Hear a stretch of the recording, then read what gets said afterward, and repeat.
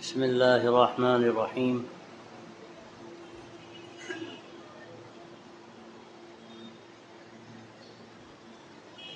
الحمد للہ رب العالمین،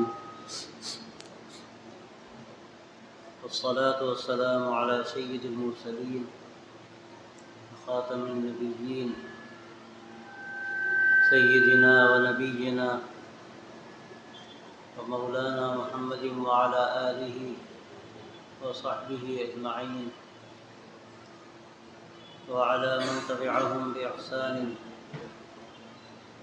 ودعا بدعوتهم إلى يوم الدين، أما بعد، فأعوذ بالله من الشيطان الرجيم.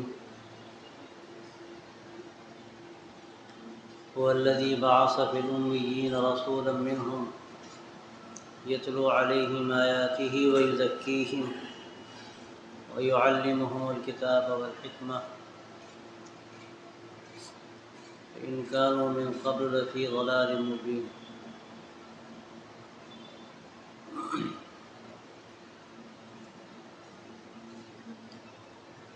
محترم علماء کرام، ابناء جامعہ،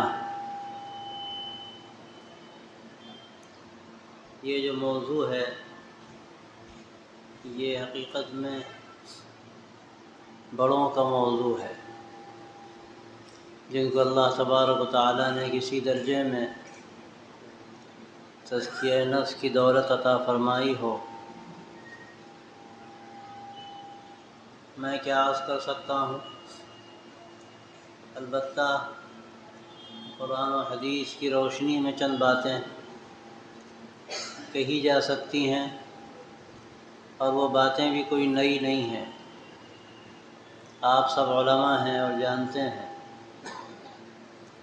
بس تذکیر فی نفسی ہی مفید ہوتی ہے، مذاکرے کا فائدہ سننے والوں کو بھی ہوتا ہے اور سنانے والے کو بھی ہوتا ہے. اس حیثیت سے چند باتیں میں آپ حضرات کے سامنے عرض کرتا ہوں. یہ زمانہ چونکہ مادیت کا ہے، خوشنمائی، خود پسندی، شہرت اور ملمہ سازی، یہ ساری چیزیں ساری دنیا میں پھیلی ہوئی، اور مارکیٹنگ اس کا ایک بڑا جز ہے، بڑا حصہ ہے، اور آپ حضرات تو اس سے خوب واقف، مارکیٹنگ کس طرح کی جاتی ہے. یہ ساری چیزیں جو اس وقت ہمارے سامنے ہیں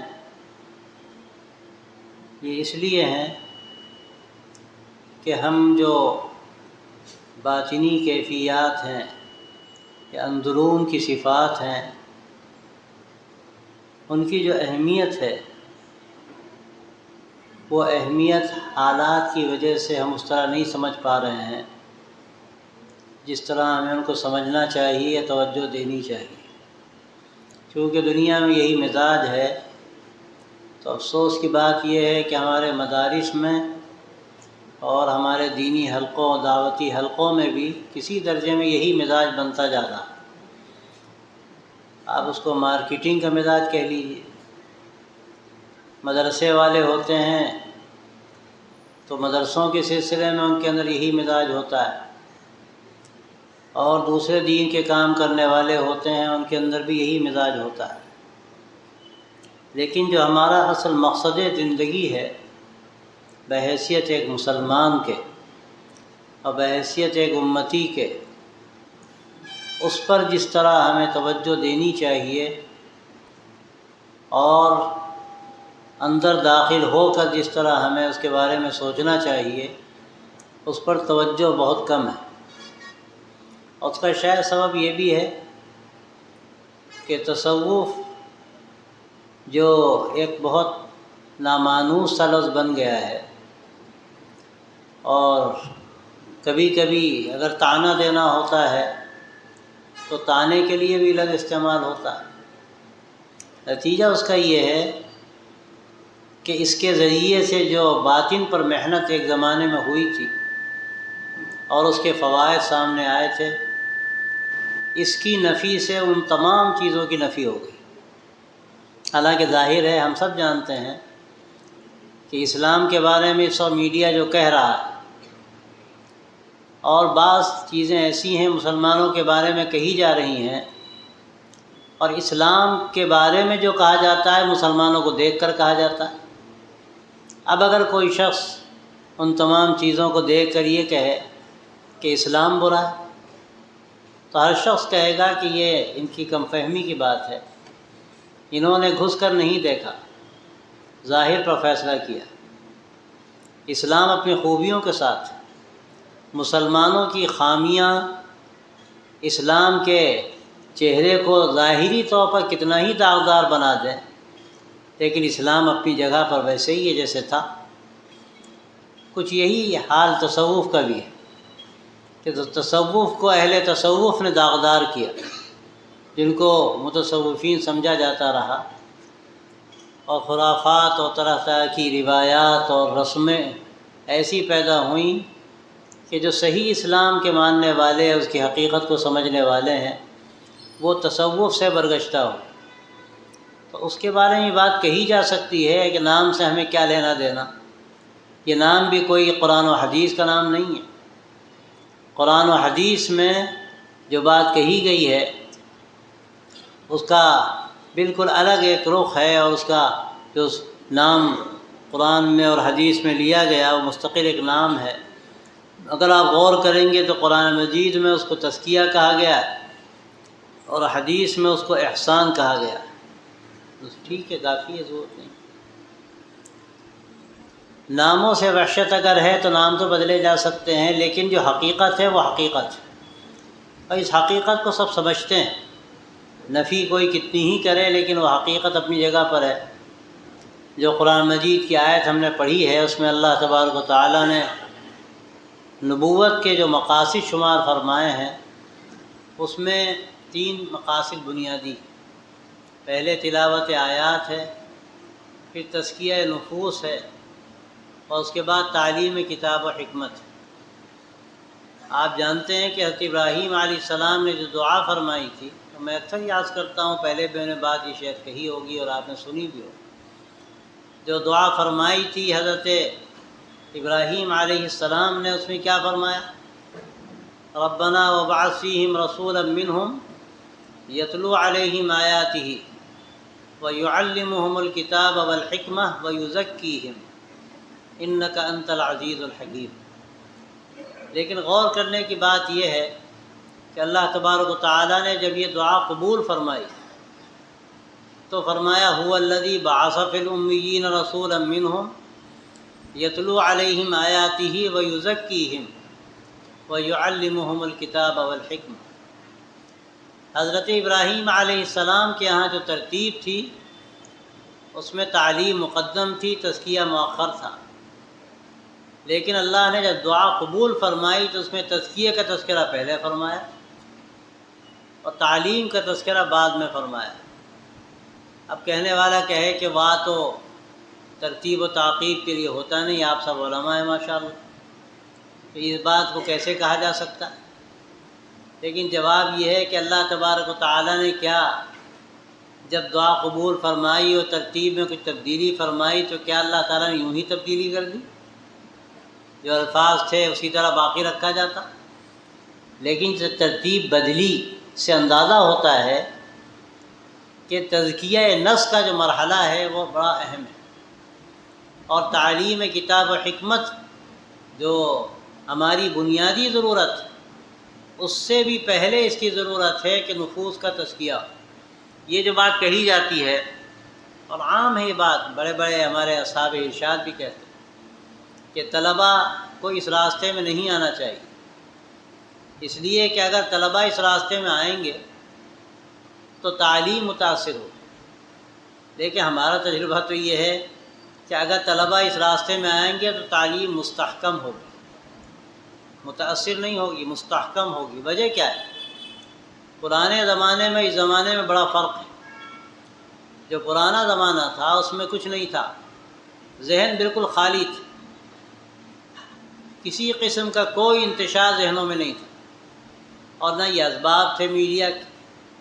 لیکن موجودہ جو دور ہے اس میں میڈیا نے انسانوں کے ذہنوں کو ایسا منتشر کر دیا ہے اور مختلف چیزوں میں اس طرح سے ملوث کر دیا ہے کہ یہ تزکیہ نفس کا جو عمل ہے یہ عمل ذہنوں کے اندر یکسوئی پیدا کرتا ہے، اور اس کے لیے اگر تھوڑا سا آدمی وقت فارغ بھی کرے گا تو اس وقت سے کوئی اثر تعلیم پر نہیں پڑے گا، بلکہ اگر وقت فارغ کر کے آدمی یہ عمل کرے گا تو اس کا فائدہ یہ ہے کہ اس کو ذہنی یکسوئی حاصل ہوگی، اور جب یکسوئی حاصل ہوگی تو تعلیم میں توجہ اس کے لیے آسان ہو جائے گی۔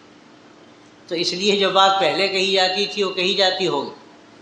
جب زمانے میں مشہور ہے خطوط آتے تھے تو وہ مٹکے میں ڈالتے تھے، 3 سال گزر گئے پھر وہ خطوط پڑھتے تھے۔ اب وہ زمانہ تو نہیں ہے۔ آج تو حال یہ ہے کہ امریکہ میں سوئی گرتی ہے تو یہاں اس کی آواز آتی ہے۔ اب وہ دور نہیں ہے کہ یہ چیزیں انتشار ذہنی کا ذریعہ بنے۔ اب تو انتشار ذہنی پہلے سے، اس انتشار ذہنی کو دور کرنے کی ضرورت ہے، اور اس کو دور کرنے کا یہ ایک بہترین راستہ ہے۔ دوسری بات یہ ہے، اور میں اکثر ہی مثال عرض کرتا ہوں کہ تزکیہ نفس کا مسئلہ کیا ہے؟ برتن صاف کرنے کا، اور برتن جب صاف ہوگا اور اس کے بعد علم اس برتن میں آئے گا تو وہ علم صالح رہے گا، صاف ستھرا رہے گا، برگ و بال لائے گا، اس سے قوت حاصل ہوگی۔ لیکن اگر برتن صاف نہیں ہے اور پھر علم حاصل ہو گیا تو وہ علم جو ہے بجائے فائدہ پہنچانے کے اس کا خطرہ ہے کہ نقصان پہنچائے۔ جیسے دودھ پھٹ جاتا ہے، اگر برتن صاف نہ ہو اور آپ دودھ لے لیجئے اس میں تو کیا نتیجہ نکلے گا؟ وہ دودھ پھٹ جائے گا، اپنی اصلی حالت میں نہیں رہے گا۔ یہی صورتحال ہے اگر ہمارے برتن صحیح نہیں ہیں، ہمارا دماغ اور ہمارا دل متاثر ہے تو اس کا نقصان یہ ہے کہ جو دودھ لیا جائے گا وہ دودھ پھٹ جائے گا۔ یعنی جو علم ہم حاصل کریں گے اس علم سے بجائے فائدہ اٹھانے کے اور فائدہ پہنچانے کے اس کا ڈر ہے کہ اس سے نقصان ہو۔ اس کے بعد یہی علم ہے جو آدمی کے اندر تکبر پیدا کرتا ہے، بڑائی کا احساس پیدا کرتا ہے، اکڑ پیدا کرتا ہے، ہٹ دھرمی پیدا کرتا ہے، اپنی بات پر اصرار پیدا کرتا ہے۔ حدیث میں آتا ہے قیامت کی علامت ہے اعجاب کل ذی رأی برأیہ، ہر آدمی کو اپنی رائے پر اصرار ہوگا، ہم جو کہہ رہے ہیں یہی صحیح، اور آگے بڑھ جائیے تھوڑا سا، ہم جو کر رہے ہیں وہی صحیح، باقی سب نادان۔ یہ ایک عجیب سا مزاج ہوتا ہے، عام مزاج ہے۔ آدمی اپنی بات پر اصرار کرتا ہے اور دوسرے کی بات کو سننے کے روادار نہیں، اپنے کام پر اصرار ہوتا ہے، دوسروں کے کام کو تسلیم کرنا بہت مشکل معلوم ہوتا ہے۔ وجہ کیا ہے؟ وجہ اس کی صرف یہی ہے کہ دل نہیں بنا، نفس کا تزکیہ نہیں ہوا۔ تب نتیجہ اس کا یہ ہوتا ہے کہ پھر بجائے اس کے کہ اچھی صفات علم سے پیدا ہوں، یہی علم ہمارے اندر صفات ذمیمہ پیدا کر دیتا ہے، اور چونکہ علم آ چکا ہوتا ہے تو وہ صفات جو ہوتی ہیں وہ صفات معمولی نہیں رہتی، ان کے اندر اور زیادہ قوت اور شدت بڑھ جاتی ہے اور اس کی شناعت بڑھ جاتی ہے۔ آپ اس کی مثال یوں سمجھیے، جیسے ایک زمانہ تھا چوری کرنے والا چوری کرتا تھا، جیب کاٹتا تھا۔ آج کیا صورتحال ہے؟ ڈاکٹر پڑھنے کے بعد گردے چراتا ہے، ڈاکٹر پڑھنے کے بعد گردے چراتا ہے۔ چوری پہلے بھی تھی، چوری اب بھی ہے، لیکن فرق گویا کہ چوری پڑھ لکھ گئی۔ بقول مولانا عبداللہ صاحب کے وہ کہتے تھے اس زمانے میں جہالت پڑھ لکھ گئی، پہلے بھی تھی جہالت لیکن جہالت کے ساتھ تھی، وہ جہل مرکب نہیں تھا۔ لیکن آج کی جو جہالت ہے وہ عجیب ہے، پڑھ لکھ گئی ہے اور جہل مرکب ہو گیا، کچھ نہیں جانتے اور سمجھتے ہیں کہ ہم سب کچھ جانتے ہیں، اپنے کاموں پر بڑا ناز ہے، 10 خامیاں ہیں اور اپنے کو کامل سمجھتے ہیں۔ وجہ اس کی کیا ہے؟ اس کی وجہ صرف یہی ہے کہ ہم نے علم تو حاصل کیا لیکن اپنے اوپر محنت نہیں کی، دل کی زمین پر محنت نہیں کی۔ تو اس کا نتیجہ کیا ہے؟ جب زمین کو پہلے کاشت کے قابل نہیں بنایا جائے گا تو اس کا نتیجہ یہ ہے کہ خضرا پودے نکلیں گے، اور اس کے نتیجے میں آگے اور دشواریاں بڑھتی چلی جائیں گی۔ تو پہلے مرحلے میں اگر نفس کا تزکیہ ہو جائے، اور نفس کے تزکیے کا مطلب کیا ہے؟ اس کا یہ مطلب نہیں ہے کہ بہت لمبے چوڑے مراقبات و اذکار بتائے جائیں اور اس میں مشغول کرایا جائے۔ حضرت سید احمد شہید رحمۃ اللہ علیہ کا جو طریقہ تھا، ان کا خاص طور سے طریقہ محمدیہ ہے، اس میں حضرت کا طریقہ یہ تھا کہ جو فرائض ہیں انہی فرائض سے وہ تزکیے کی طرف توجہ کو موڑتے تھے، جن میں ایک بہت اہم ان کے ہاں جو صفت تھی جس پر ساری توجہ تھی اور سلوک کی بنیاد بھی ہے وہ اخلاص ہے۔ حضرت سید صاحب رحمۃ اللہ علیہ سارا زور اسی پر دیتے تھے، اور ان کی جو زندگی ہے اس کے بارے میں باتیں آتی ہیں کہ اللہ نے ان کو توفیق دی کہ ان کا ہر کام اللہ کے لیے ہوتا تھا، اور ان کے کاموں میں جو اثر پیدا ہوا، ان کی صحبت میں جو تاثیر پیدا ہوئی، اس کا غالباً بڑا سبب یہی ہے کہ پہلے دن سے اللہ نے ان کو یہ صفت اخلاص کی عطا فرمائی۔ اس کے نتیجے میں اللہ نے ان سے بڑا کام لیا۔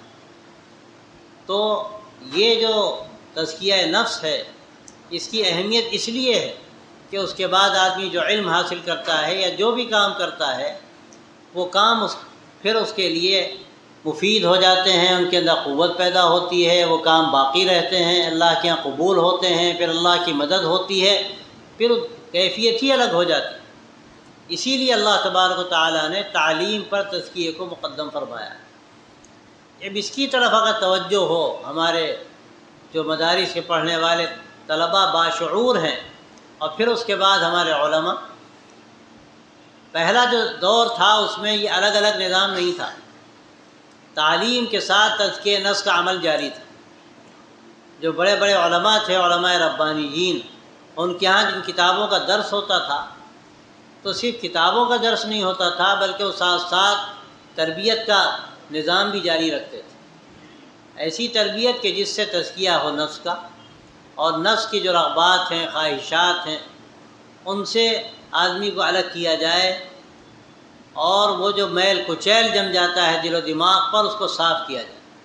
تو اس کی محنت ہوتی تھی۔ لیکن اب آج جو نظام ہمارے مدارس کا ہے وہ بالکل مختلف ہے۔ یہ جیسے دنیا کا نظام چل رہا ہے، اسی طرح ہمارے مدارس کا بھی نظام ہے کہ ہمارے پڑھانے والے اور پڑھنے والے بڑی تعداد میں ایسے ہوتے ہیں کہ بس وہ ایک نظام کے تحت آ جاتے ہیں، خود ان کو اپنا مقصد معلوم نہیں ہوتا، اور اس کا نتیجہ یہ ہوتا ہے کہ مدارس سے فارغ ہونے کے بعد بھی ان کو اندازہ نہیں ہوتا کہ ہمارا کام کیا ہے، ہماری ذمہ داری کیا ہے۔ وہ عام کالجوں کی طرح سمجھتے ہیں کہ ہمیں ڈگری مل گئی، کہیں کمانے کے لیے ملازمت مل جائے، ہمارا کام چل جائے۔ علماء کے اوپر جو ذمہ داری ہے، اس ذمہ داری کا ان کو بالکل احساس نہیں ہوتا، اور اس کا سب سے بڑا سبب یہی ہے۔ تو اس لیے یہ جو عمل ہے تزکیہ نفس کا، اس کی ضرورت بالکل ایسا ہی ہے جیسے کسی جسم کو روح کی ضرورت ہوتی ہے، کہ اگر روح نہ ہو تو لاشا ہے۔ لاشا کیا ہے؟ لاشا ہے، مٹی میں دفن کر دیے جانے کے لائق۔ لیکن میں نے عرض کیا تھا کہ دونوں چیزیں ضروری ہیں، قلب کے ساتھ قالب کی ضرورت ہے، روح کے ساتھ اس کو ایک جسم چاہیے تاکہ وہ جو روح ہے وہ اپنا کام کر سکے۔ تو اللہ نے جو ہم کو جسم دیا ہے، ظاہری صلاحیتیں دی ہیں، ہمیں علم دیا ہے، یہ ساری بنیادیں ایسی ہیں کہ یہ ضروری ہیں، لیکن اس کے ساتھ اگر ہمارے اندر روح پیدا ہو جائے، ہمارے ایمان کے اندر طاقت پیدا ہو جائے، تو یہ ہماری ساری صلاحیتیں بروبکار لائی جا سکتی ہیں، اور اس سے زیادہ سے زیادہ ہم فائدہ اٹھا سکتے ہیں۔ لیکن ان چیزوں کی طرف توجہ نہ ہونے کا نتیجہ یہ ہے کہ ظاہری چیزوں پر سارا زور دیا جاتا ہے، عمارت کو آراستہ کیا جاتا ہے، کاموں کی ترتیب بنائی جاتی ہے، اور اس کی جو تنظیمی ڈھانچہ ہے وہ تیار کیا جاتا ہے، اس کا تنظیم الدقیق کہتے ہیں۔ بہت دقیق جو تنظیم ہوتی ہے، ترتیب ہوتی ہے، وہ اختیار کی جاتی ہے۔ یہ ساری چیزیں ہوتی ہیں، لیکن کرنٹ نہیں ہوتا، اور ظاہر ہے کرنٹ نہیں، سب فضول ہے۔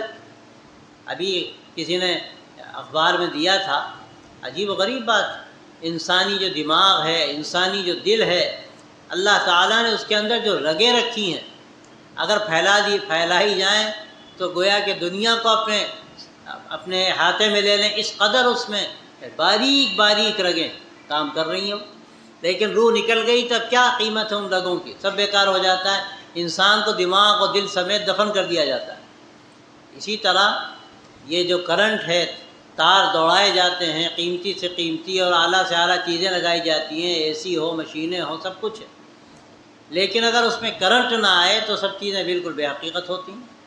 بات عرض کرنے کی یہ ہے کہ ان چیزوں کی بھی ضرورت ہے۔ آپ وائرنگ نہیں کریں گے اور کرنٹ آئے گا تو کرنٹ سے آپ کیسے فائدہ اٹھائیں گے؟ تو وائرنگ کی بھی ضرورت ہے، لیکن صرف وائرنگ کافی نہیں ہے، بالکل بے سود ہے اگر اس میں کرنٹ نہ ہو۔ یہ تزکیہ نفس حقیقت میں ایمانی کرنٹ ہے، اس سے ایمان کی طاقت پیدا ہوتی ہے، اور جتنا زیادہ یہ چیز آگے بڑھتی ہے کرنٹ آگے بڑھتا ہے۔ 0 پاور کا بلب بھی آپ لگائیں گے اور مضبوط کرنٹ ہے تو ہو سکتا ہے 100 پاور کی روشنی آ جائے، تحمل ہے تو ہو جائے گا۔ 0 پاور کا بلب ہوگا، 100 پاور کی روشنی ہوگی۔ اور آپ دیکھتے ہیں بعض بہت کمزور بچے ہوتے ہیں، استعداد انتہائی معمولی ہوتی ہے، گویا کہ 0 پاور کا بلب ہے، لیکن اس کے بعد جب فارغ ہوتے ہیں تو ایسا کام کرتے ہیں لگتا ہے 100 پاور کا بلب جلنا۔ یہ کہاں سے یہ بات پیدا ہو جاتی ہے؟ حقیقت میں یہ بات پیدا ہوتی ہے اس کرنٹ سے جو ان کے اندر آ جاتا ہے اور طاقت کے ساتھ آتا ہے۔ اب اگر 1000 پاور کا بلب بھی ماشاءاللہ ہے اور اعلیٰ درجے کا کرنٹ بھی ہے تو کیا کہہ رہے ہیں، نور علی نور۔ تو ضرورت دونوں چیزوں کی، ایک طرف یہ محنت ہو ظاہری طور پر ہم ساری ترتیبیں قائم کریں، لیکن اگر ہم نے اندر کی ترتیب کو چھوڑ دیا تو یہ سب فیل ہے، یہ چیزیں بہت دن چلنے والی نہیں ہیں۔ حضرت مولانا جو جملہ کہتے تھے کہ مخلص کا سفینہ ڈوبتے ڈوبتے پار لگ جاتا ہے، اور غیر مخلص کا سفینہ ڈوبتے ڈوبتے پار لگتے لگتے غرق ہو جاتا ہے۔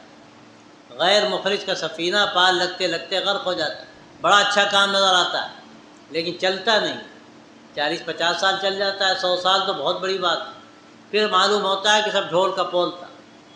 تو ان چیزوں کو جو دوام نصیب ہوتا ہے، قوت نصیب ہوتی ہے، وہ ایمان سے نصیب ہوتی ہے، اور ایمان کے اندر جو طاقت پیدا ہوتی ہے وہ تزکیہ نفس سے ہوتی ہے۔ اسی لیے اللہ تبارک و تعالیٰ نے اپنے نبی صلی اللہ علیہ وسلم کے جو بعثت کے مقاصد بیان کیے، اس میں تعلیم کتاب و حکمت سے پہلے تزکیہ نفوس کا تذکرہ کیا، اور آپ صلی اللہ علیہ وسلم نے اس کی اہمیت خوب بیان فرمائی۔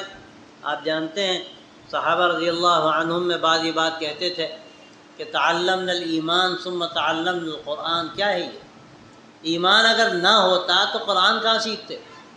ایمان کے بعد ہی تو قرآن سیکھا انہوں نے۔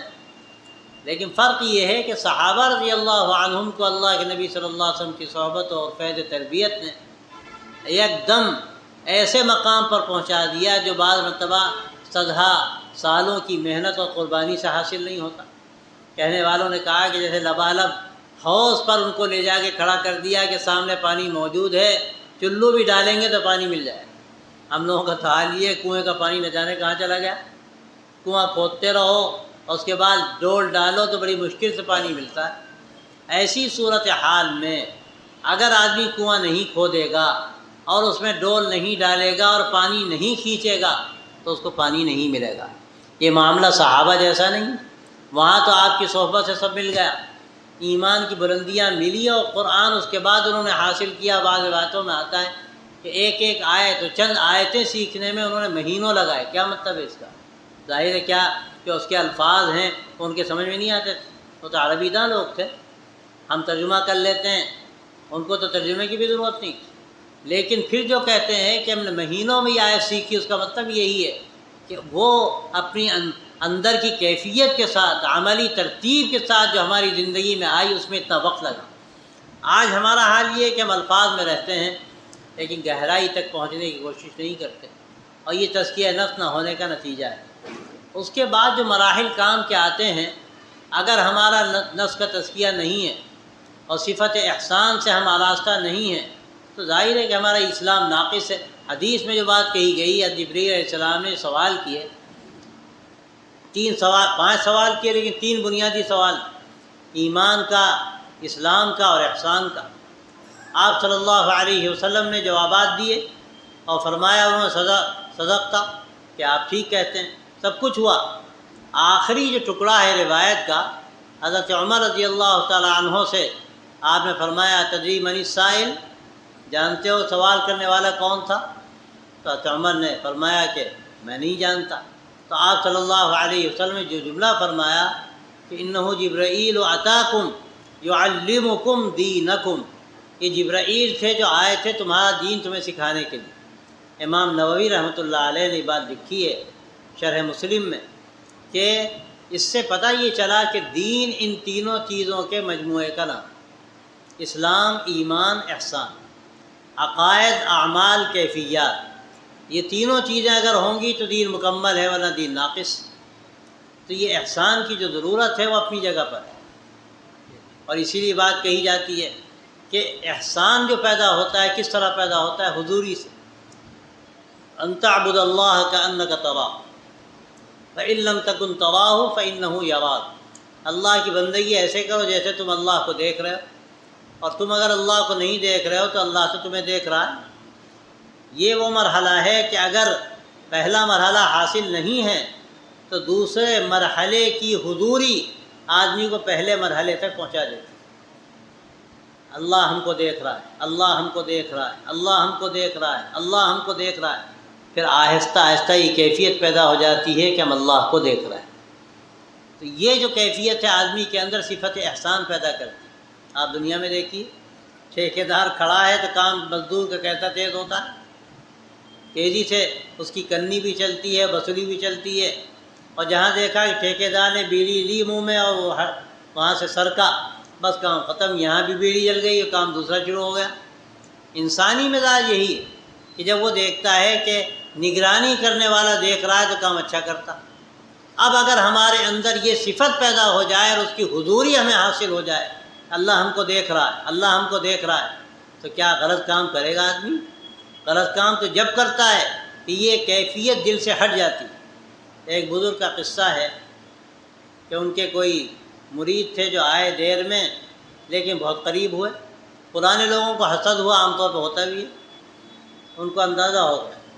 ایک دن انہوں نے امتحان لیا اور سب سے کہا کہ میاں دیکھو یہ مرغے ہیں، لے جاؤ اور ایسی جگہ ذبح کر کے لاؤ جہاں کوئی دیکھ نہ رہا۔ لوگ گئے اور ذبح کر کر کے لے آئے۔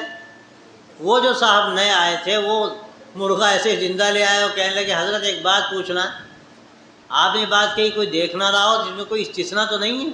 یا استثناء ہے؟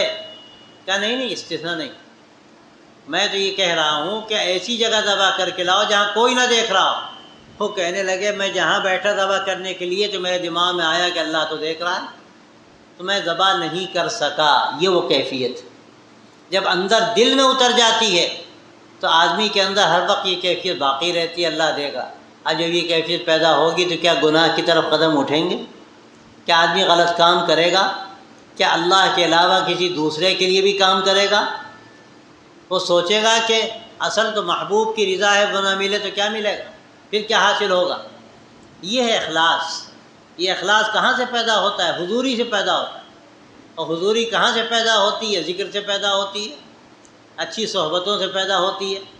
حضرت معاذ القاضی صاحب رائے پوری رحمۃ اللہ علیہ فرماتے تھے، عجیب جملہ ہے ان کا، کہ دنیا میں اس وقت جو کچھ انتشار و بگاڑ ہے، آپ غور کیجیے، دنیا میں اس وقت جو کچھ انتشار و بگاڑ ہے اس کا سبب صرف یہ ہے کہ اخلاص نہیں، اخلاق نہیں، اخلاص نہیں، اخلاق نہیں۔ آپ غور کیجیے، اخلاص کا تعلق اللہ سے، اخلاق کا تعلق اللہ کے بندوں سے۔ دنیا میں جو کچھ انتشار و بگاڑ ہے اس کا سبب کیا ہے؟ اخلاص نہیں، اخلاق نہیں۔ اور پھر فرمایا کہ اخلاص اور اخلاق کو پیدا کرنے کا راستہ محبت الہی ہے۔ اللہ کی محبت جب غالب ہوتی ہے تو آدمی جو کام کرتا ہے وہ اللہ کے لیے کرتا ہے، اور پھر وہ اپنے کو نہیں دیکھتا، پھر وہ یہ دیکھتا ہے کہ اللہ کیسے راضی ہوگا اور اللہ کے بندے کیسے خوش ہوں گے، کس طرح ہم ان کو اچھے ان کے ساتھ سلوک کر کے ہم ان کو راضی کریں، ان کو خوش کریں۔ یہ بھی اس لیے تاکہ اس سے اللہ راضی ہو۔ یہ صفت پیدا ہوتی ہے محبت الہی سے۔ اور محبت الہی کے بارے میں فرمایا کہ اللہ کی محبت جو پیدا ہوتی ہے وہ ذکر کی کثرت سے اور اہل اللہ کی صحبت سے۔ گویا کہ دنیا کا جو بگاڑ ہمیں نظر آ رہا ہے، انتشار نظر آ رہا ہے، اس کا سبب کیا سامنے آیا کہ لوگوں کے اندر یہ صفت ہی نہیں، نہ ذکر کا اہتمام ہے، نہ اچھی صحبت کا اہتمام ہے۔ آدمی اپنے کاموں میں مست، اور یہ سمجھتا ہے کہ ہم نے گویا کہ آسمان کے تارے ہم نے توڑ لیے، ہم نے اتنا بڑا کام کیا، ہم نے فلاں کیا، ہم نے فلاں کیا، لیکن یہ خیال نہیں ہوتا کہ ہمارے کاموں میں جان کتنی۔ آپ خوبصورت سے خوبصورت عمارت بنا دیجئے، لیکن اگر خدا نخواستہ اس کی بنیادیں مضبوط نہ ہوں یا ڈیکوریشن اچھا نہ ہو اندر سے، تو کوئی داخل ہوگا نکل جائے گا، بھئی کیا فائدہ یہاں جانے سے، ڈھانچہ کھڑا ہے باقی کچھ ہے ہی نہیں۔ تو یہ صفت احسان جو ہے حقیقت میں یہ آدمی کے اندر ایک ایسا حسن پیدا کر دیتی ہے کہ اس سے کشش پیدا ہوتی، جاذبیت پیدا ہو جاتی۔ تو یہ دو چیزیں، تزکیہ اور احسان، حضرت مولانا نے کتاب لکھی تزکیہ و احسان یا تصوف و سلوک۔ تصوف و سلوک کا جو لفظ ہے اس سے بہت سو کو وحشت ہوتی، لیکن تزکیہ و احسان سے کس کو وحشت ہوگی؟ اور اگر ہوگی تو مسئلہ ہو جائے گا، کیا وہ حدیث کا انکار کرے گا یا قرآن کا انکار کرے گا؟ قرآن تزکیے کی تلقین کرتا ہے، حدیث میں احسان کی تلقین کی گئی، اس کی اہمیت بیان کی گئی، تو ظاہر ہے کہ یہ چیزیں ایسی ہیں کہ ان کی جو اہمیت ہے وہ ایسا ہی ہے جیسے روح کی اہمیت ہے جسم میں۔ اس کو حقیقت تو یہ ہے کہ بیان کرنے کی کیا ضرورت ہے، یہ تو ایسی چیز ہے کہ روز روشن کی طرح آیا ہے۔ لیکن جیسے میں نے شروع میں عرض کیا کہ مادیت کے اس دور میں آج ہمارا ذہن منتقل نہیں ہوتا، ہمارا ذہن منتقل نہیں ہوتا۔ کتاب چھاپی جاتی ہے، بہت خوبصورت چھاپی جاتی ہے، بہت اچھی بات۔ مدرسے بنائے جاتے ہیں، بہت خوبصورت بنائے جاتے ہیں، کوئی حرج نہیں اگر اس میں تجاوز نہ ہو، لیکن اصل جو مقصد ہے اگر وہ مقصد پیش نظر نہ ہو تو سب فضول ہے، اور اسی کا نتیجہ ہے کہ آج سب کچھ ہو کر کچھ نہیں ہے۔ پہلے کچھ نہیں تھا اور سب کچھ تھا۔ مدرسے کیا تھے؟ کوئی درخت کے نیچے پڑھا رہا ہے، کوئی جھونپڑے میں پڑھا رہا ہے، کوئی کسی کمرے میں کسی کو لے کے بیٹھا ہوا ہے، لیکن وہیں ایسے افراد پیدا ہوئے جن کا اگر عرش عشیر کہا جائے تو آج نظر نہیں آتی۔ تعداد ماشاءاللہ بہت ہے، لیکن جو قیمت ہونی چاہیے وہ قیمت نہیں ہے، جو قیمت ہونی چاہیے، جو اندر طاقت ہونی چاہیے وہ نظر نہیں آتی۔ اور اس کا سبب صرف یہی ہے کہ ہمیں ان چیزوں کی طرف توجہ نہیں۔ ہم تقریر کرتے ہیں، ماشاءاللہ کیا کہنے، لوگ تعریف بھی کرتے ہیں، ہمارا نفس پھول جاتا ہے، پھول کے کپا ہو جاتا ہے، اور اگر سوئی کہیں چبھ گئی تو ایک دم سے ہوا ختم، غبارہ جو اتنا بڑا تھا وہ آ کر اتنا سا ہو جاتا ہے۔ یعنی خوب تعریف ہوئی، اگر کسی نے کہیں سوئی چبھو دی اور ذرا سی بات کہہ دی تو اب ناراض منہ پھلائے بیٹھے، ہم تو اتنی اچھی تقریر کرتے ہیں، ہم تو اتنا کام کرتے ہیں۔ اعتراف نہیں ہے آج کل لوگوں کو، اللہ کے بندے اعتراف نہیں ہیں۔ ہم نے کام کس کے لیے کیا؟ اللہ کے لیے کیا ہے، اللہ کے بندوں کے لیے کیا۔ اسی لیے اہل تزکیہ اور اہل تربیت امتحان لیتے ہیں۔ اور کبھی کبھی ایسا بھی ہوا کہ تقریر کرنے والوں کو انہوں نے تقریر سے روک دیا، تصنیف کرنے والوں کو انہوں نے تصنیف سے روک دیا، جب یہ محسوس کیا کہ اب رخ دوسرا ہے تربیت کے لیے، اور بات ماننے والے بات مانتے ہیں تو اس سے رخ درست ہو جاتا ہے، آدمی کا کام صحیح رخ پر آ جاتا ہے۔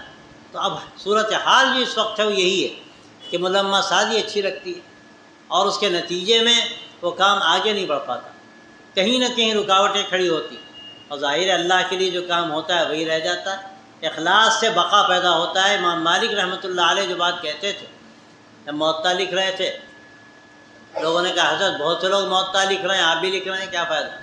تو انہوں نے کیا فرمایا، ما کان للہ فہو بقی، جو اللہ کے لیے ہے وہ رہ جائے گی۔ تدریب الراوی میں دنیا نے دیکھا کہ امام مالک کی موطا دنیا میں پڑھی جا رہی ہے اور موطاؤں کو لوگ جانتے بھی نہیں۔ تو جو اللہ کے لیے کام ہوتا ہے وہ صدیوں نہیں قیامت تک باقی رہتا ہے، اور جہاں نفس کی آمیزش ہوتی ہے، آدمی اللہ کے لیے نہیں کرتا تو اس کی قیمت نہیں۔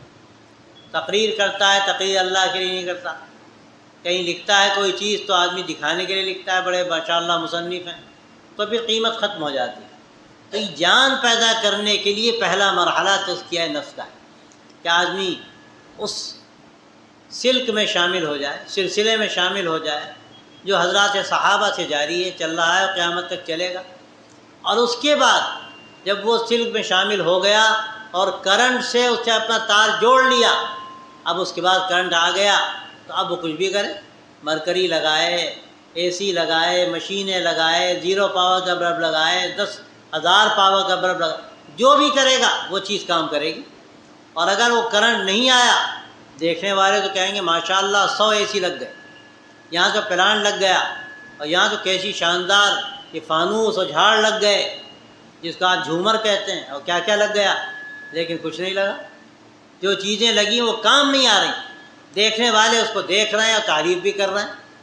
تو یہ جو صورتحال ہے یہ اصل قابل توجہ ہے۔ تزکیہ نفس کی اہمیت کیوں ہے؟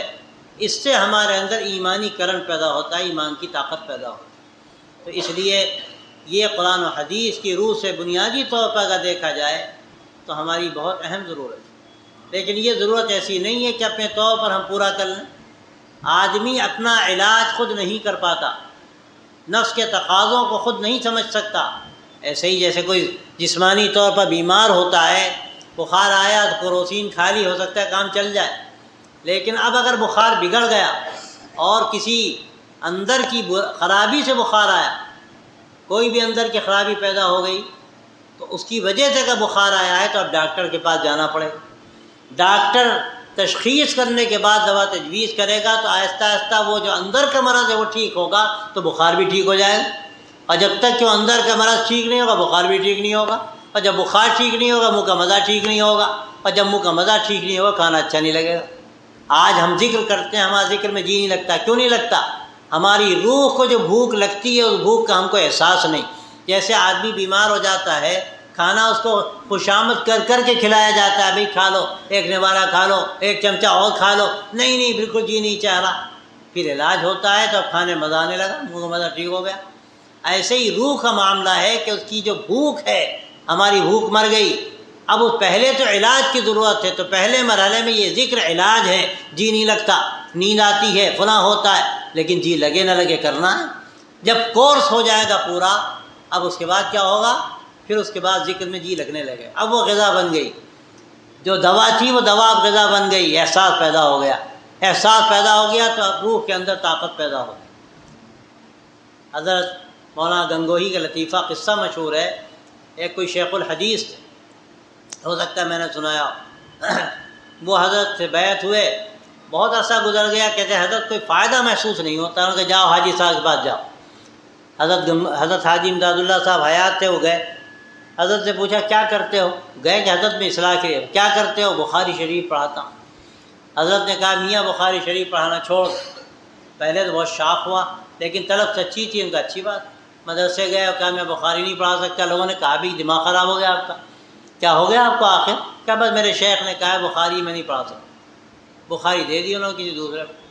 ایک ہفتے کے بعد آئے اور کہنے کہ حضرت آپ نے کون سا تریاق پلا دیا، لگتا ہے کہ دنیا بدل گئی۔ تو فرمایا تم پر بخاری کا بخار سوار تھا، منہ کا مزہ خراب تھا، کسی چیز میں جی نہیں لگتا تھا، بخار اترا، منہ کا مزہ ٹھیک ہوا، مزہ آنے لگا۔ تو یہ قصہ عام طور پر ہوتا ہے، ہم لوگوں پر بخار ہے، اب بخار کی وجہ سے منہ کا مزہ خراب، اب جب منہ کا مزہ خراب ہے تو ان چیزوں میں جی نہیں لگتا، اور جب وہ کیفیت اندر پیدا ہو جاتی ہے تو سارے جھگڑے بکھیڑے ختم ہو جاتے ہیں۔ آدمی پھر جو کرتا ہے اللہ کے لیے کرتا ہے اور اسی میں اس کو مزہ آتا ہے، اور پھر دوسرے جو کام کرتے ہیں ان کو دیکھتا ہے تو اس میں بھی اس کو مزہ آتا ہے، یہ تو ہمارا کام کر رہا، کہ کوئی دوسرا کام نہیں کر رہا ہے، ہمارا کام کر رہا ہے۔ بزرگ کا قصہ ہے، کسی گاؤں میں گئے، وہاں ایک صاحب کام کر رہے تھے اللہ والے، انہوں نے خیال کیا کہ اب یہ آئیں کہیں ایسا نہ ہو کہ تعارض ہو جائے، کام اچھا خاصا چل رہا ہے۔ انہوں نے کیا کیا، اشاروں میں کام اپنی بات پہنچائی، ایک بھرا ہوا کٹورا پانی کا بھیجا کہ یہ حضرت کی خدمت میں دے آؤ۔ اب وہ پانی وہاں لے کر گیا، وہ سمجھ گئے قصہ کیا ہے، مجھے پیاس تو لگی نہیں ہے، پانی تھوڑی بھیجا پینے کے لیے۔ انہوں نے گلاب کا پھول اٹھایا اور اس کی اوپر رکھ دیا اور کہا واپس دے آؤ، دونوں کا کام ہو گیا۔ انہوں نے گویا کہ یہ کہا کہ حضرت یہاں پانی بھرا ہوا ہے، مطلب یہ کام ہو رہا ہے، ایسی ضرورت نہیں۔ انہوں نے جواب دیا کہ میں پھول کی طرح رہوں گا، کوئی بوجھ نہیں بنوں گا۔ یہ ان حضرات کا طریقہ تھا، اور اللہ کے جو نیک بندے ہیں وہ کام کرتے ہیں، اپنا کام کرتے ہیں، دوسروں کے کاموں کو اپنے کاموں پر فوقیت دیتے ہیں، دوسروں کی ترقی سے ان کو خوشی ہوتی ہے، یہ اخلاص کی علامت۔ جو دین کے کام ہو رہے ہیں، ہمیں اگر دوسروں کے کاموں سے خوشی ہو رہی ہے تو اخلاص کی بات، اور اگر دل میں کچھ کبیدگی آئی، ارے یہ تو زیادہ آگے جا رہا ہے، حالانکہ بعض مطلب کام بھی الگ ہوتا ہے، لیکن تب بھی دل میں بات آتی ہے ارے یہ تو زیادہ آگے جا رہا ہے، سمجھنا چاہیے کہ اخلاص نہیں، ہم اللہ کے لیے نہیں کر رہے ہیں، اپنا کام بڑھانے کے لیے، اور اپنا کام بڑھانے کے لیے اپنے کو بڑھانے کے لیے کر رہا ہے، کام کو دکھانے کے لیے اپنا کام بڑھا رہے ہیں، اخلاص کا اللہ کی رضا کے لیے کرتے، کوئی بھی کام کر رہا ہے ہمیں خوشی ہوتی. اور ماشاءاللہ بھٹکل میں تو اتنے کام ہیں اور ماشاءاللہ خوب کام بہتر سے بہتر طریقے پر لوگ کر رہے ہیں. لیکن یہ صفت ایسی ہے جو ہونی چاہیے، آدمی ہر کام سے خوش ہو. کوئی دوسرا کام کر رہا ہے بھائی اللہ کے دین کی خدمت کر رہا ہے، اللہ کی نعمت کرنے والا سوچے کہ ہم جو کر رہے ہیں ہمارا مقصد کیا ہے، اللہ کی رضا کے لیے کر رہے ہیں اور کوئی مقصد. یہ اخلاص ایسی چیز ہے کہ اگر یہ پیدا ہو جائے سارے جھگڑے ختم ہو جاتے ہیں. ہم اکثر عرض کرتے ہیں کہ دنیا کے مفادات ٹکراتے ہیں، آخرت کے مفادات نہیں ٹکراتے. کیوں؟ اس لیے کہ دنیا میں جو مفادات ہوتے ہیں اس میں اکثر یہ ہوتا ہے کہ ایک چیز ہے اور سب کو وہی ملنی ہے تو جھگڑا پیدا ہو جاتا ہے. اللہ کیا یہ مسئلہ نہیں ہے، اللہ کیا تو اجر کا ٹھکانہ نہیں ہے، سب کو اتنا ملے گا جس کا کوئی تصور نہیں کر سکتا. تو وہاں کون سا جھگڑا ہوگا؟ وہاں اللہ ہر ایک کو وہ دے گا جو وہ چاہے گا. تو جب آدمی اخلاص کے ساتھ کرتا ہے، اللہ کے لیے کرتا ہے، تو پھر اس میں کوئی جھگڑے کی بات نہیں ہوتی. اور جب آدمی نفس کے تقاضوں سے کام کرتا ہے تو وہاں جھگڑے پیدا ہوتے ہیں. تو یہ جو تزکیہ نفس کا مسئلہ ہے، سچی بات یہ ہے کہ ہم سب کی ضرورت ہے. کہنے والا سب سے بڑھ کر محتاج ہے، میں سچ کہتا ہوں. میں اپنے آپ کو سب سے بڑھ کر ناقص سمجھتا ہوں. اور جو ذمہ داریاں دے دی گئی ہیں وہ تو ذمہ داریاں ہیں ظاہری طور پر دے دی گئیں. اور میں آپ سے کیا عرض کروں، اکثر خیال مجھے آتا ہے کہ قطعاً میں اس کا اہل نہیں ہوں، لیکن ذمہ داری دے دی گئی ہے تو اس کو نبھانا ہے کسی طرح. لیکن سچی بات یہ ہے کہ ہم سب کو اس کی ضرورت ہے کہ ہم اللہ سے اپنے رابطے کو مضبوط کریں، اپنی نیتوں کا جائزہ لیں. لیکن نیتوں کا جائزہ جو ہم لیں گے، نیت کیسے درست ہوگی؟ مسئلہ پھر وہیں آ کے اٹکتا ہے. نیت جبھی درست ہوگی جب ہم دل پر محنت کریں گے، ہم کچھ وقت ذکر میں لگائیں گے اور اچھے لوگوں کی صحبت میں بیٹھیں گے، اچھی کتابیں پڑھیں گے. آج کے لیے بھی ایک ذوق ہے سب پڑھو، ہاں سب پڑھو، بہت اچھی بات ہے. لیکن پہلے مرحلے میں اگر صحیح کتابیں نہیں پڑھی گئیں جن سے صحیح تشکیل ہوتی ہے سیرت، تو آدمی کے اندر کجی پیدا ہو جاتی ہے. اور میں اکثر کہتا ہوں کہ ابتدائی درجوں میں تو جو بزرگوں کی لکھی ہوئی کتابیں ہیں اور بزرگوں کے حالات میں ہیں، اور ظاہر ہے سب سے بڑھ کر جو بزرگ ہیں وہ صحابہ ہیں. اور ان بزرگوں کو بزرگ بنانے والے اللہ کے نبی صلی اللہ علیہ وسلم کی ذات اقدس. تو سیرت پر کتابیں پڑھی جائیں، حالات صحابہ پر پڑھی جائیں، بزرگوں کے حالات پر پڑھی جائیں. لیکن یاد رکھیے شرط ہے لکھنے والا بھی اللہ کا نیک بندہ، صالح بندہ، اللہ کا ولی ہو. حضرت مولانا کہتے تھے لکھنے والے کا اثر اس کی ہر تحریر پہ پڑتا ہے، اور پڑھنے والا جب پڑھتا ہے تو غیر شعوری طور پر وہ اثرات پڑھنے والے میں منتقل ہوتے ہیں. آپ مستشرقین کی کتابیں پڑھتے ہیں، کج رو جو لوگ اس دور میں مصنفین ہیں ان کی کتابیں آپ پڑھتے ہیں، ان کے اثرات پڑھیں گے. ہم یہ کہتے ہیں ہم اچھا لے لیں گے برا چھوڑ دیں گے، ہاں ٹھیک ہے اگر آپ کے اندر یہ صفت ہے بات چلے گی کسی درجے میں، لیکن کہیں نہ کہیں اس کے اثرات پڑھتے ہیں. اب اس کے اثرات جب پڑھتے ہیں تو اب مسئلہ پھر یہ ہوتا ہے کہ جو میل آ گیا اس کو صاف کیجیے. اور میل تو رات دن آتا ہے. علامہ الیاس جیسا آدمی جب گشت کرتا تھا، دورے کرتا تھا، تو حضرت رائے پوری کی خدمت پہ جا کر کہتا تھا کہ حضرت لوگوں سے مل کر دل پر زنگ آ گیا، اس زنگ کو چھڑانے کے لیے آپ کی خدمت میں آیا.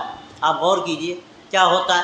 اب کتابیں ہم یہ پڑھیں گے ایران توران کی تو کیا دل پہ زنگ نہیں آئے گا؟ اب اس زنگ کو کیسے چھڑایا جائے؟ ایسی کتابیں پڑھی جائیں جو اللہ والوں کی لکھی ہوئی ہیں، ان کتابوں کا دوسرا اثر پڑتا ہے. یہ بھی نصف صحبت ہے. ظاہر ہے اللہ والوں کا ملنا، ایسے بلند پایا لوگوں کا ملنا اب آسان نہیں ہوتا. ایسے مخلصین کا ملنا جن کے لیے سب برابر ہو جائے، تعریف کی جائے تو کوئی حرج نہیں، برائی کی جائے تو کوئی حرج نہیں. کسی بزرگ کا قصہ ہے کہ ایک صاحب آئے گالیاں دینے لگے، سر جھکائے سنتے رہے کہیں الحمدللہ. دوسرے صاحب آئے تعریف کرنے لگے، سر جھکائے سنتے رہے کہنے کہ الحمدللہ. لوگوں سمجھ میں نہیں آیا کہ حضرت یہ کیا قصہ ہے، وہاں بھی الحمدللہ یہاں بھی الحمدللہ. تو انہوں نے فرمایا کہ الحمدللہ نہ تعریف پر ہے نہ الحمدللہ برائی پر ہے، الحمدللہ تو کشتی قلب کی سلامتی پر ہے.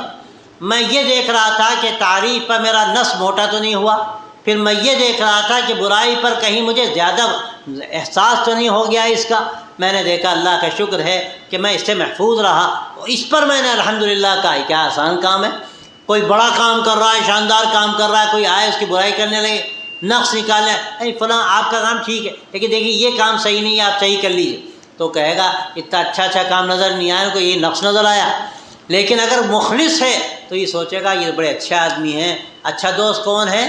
جو برائیوں پر ٹوکے تو سوچے گا چلو اچھا ہوا، ایک نقص تھا جو شاید ہم کو نظر نہیں آ رہا تھا، انہوں نے بتا دیا۔ لیکن یہ کب ہوگا؟ جب کاموں میں اخلاص ہوگا۔ اخلاص کب پیدا ہوگا؟ جب نفس کا تزکیہ ہوگا۔ تو میرے بھائی اور دوستو، اس لیے اس کی جو ضرورت ہے وہ بیان کرنے کی میں سمجھتا ہوں ضرورت نہیں۔ اس کو تو ہر آدمی جانتا ہے کہ جان نہیں تو کچھ نہیں، روح نہیں تو لاشا، کرنٹ نہیں تو تار، یہ ساری جتنی یہ اسباب ہیں سب فضول و بیکار۔ تو حقیقت میں یہ تزکیہ نفس کیا ہے؟ کرنٹ پیدا کرنے کا ذریعہ۔ تو اس لیے ہمیں توجہ دینی چاہیے، کوشش کرنی چاہیے اپنی اپنی سطح پر، ہم جس مقام پر ہوں، جس جگہ پر ہوں، اور جتنا کر سکتے ہوں ہمیں کرنا چاہیے، اس کی کوشش کرنی چاہیے۔ انشاءاللہ اس سے ہمارے کاموں میں جان پیدا ہوگی، برکت پیدا ہوگی، آپس میں محبتیں بڑھیں گی، اور ہر طرح کے انتشار سے انشاءاللہ ہم محفوظ رہیں گے۔ اور اگر یہ نہ ہوا تو بھی بہت ڈر ہے، ان کا گھر ایسا ہمارا گھر ایسا، ان کا کام ایسا ہمارا کام ہے، یہ تقابل جو پیدا ہو جاتا ہے، اور تقابل کے ساتھ تفاضل، وہ ایسا اور یہ ایسا، یہ پسندیدہ نہیں ہے۔ کام اللہ کے لیے ہو رہے ہیں، کام کرو، کوشش کرو اللہ کو راضی کرنے کے لیے، اور ہر کام کی قدر کرو، اور ہر کام کو اپنا کام سمجھو، ہو سکے تعاون کرو، آگے بڑھاؤ، تو انشاءاللہ یہ اخلاص کی علامت ہے۔ اس سے تمام کاموں میں برکت اور حوصلہ پیدا ہوتا ہے، کہ کوئی کام کمزور نہیں ہوگا، ہر کام بڑھے گا۔ اور اگر ٹانگ گھسیٹی جائے گی تو ظاہر ہے ایک آج کسی کا ٹانگ گھسیٹے گا، کل اس کی کوئی دوسرا ٹانگ گھسیٹے گا، یہ دنیا میں ہوتا۔ یہ اخلاص کی بات نہیں، اور اخلاص نہیں تو کام کی کوئی قیمت اللہ کیا نہیں۔ تو اس لیے تزکیہ نفس کی جو اہمیت ہے وہ بہت زیادہ ہے۔ اللہ تعالیٰ ہم سب کو توفیق دے، اور جو باتیں کہی گئیں کہنے والا اس کا مستحق نہیں تھا، لیکن کہلائی گئیں، وہ کہہ دی گئیں، اللہ تعالیٰ کہنے والے کے سننے والوں کے لیے مفید بنائے اور خیر کا ذریعہ بنائے۔ وآخر دعوانا الحمدللہ۔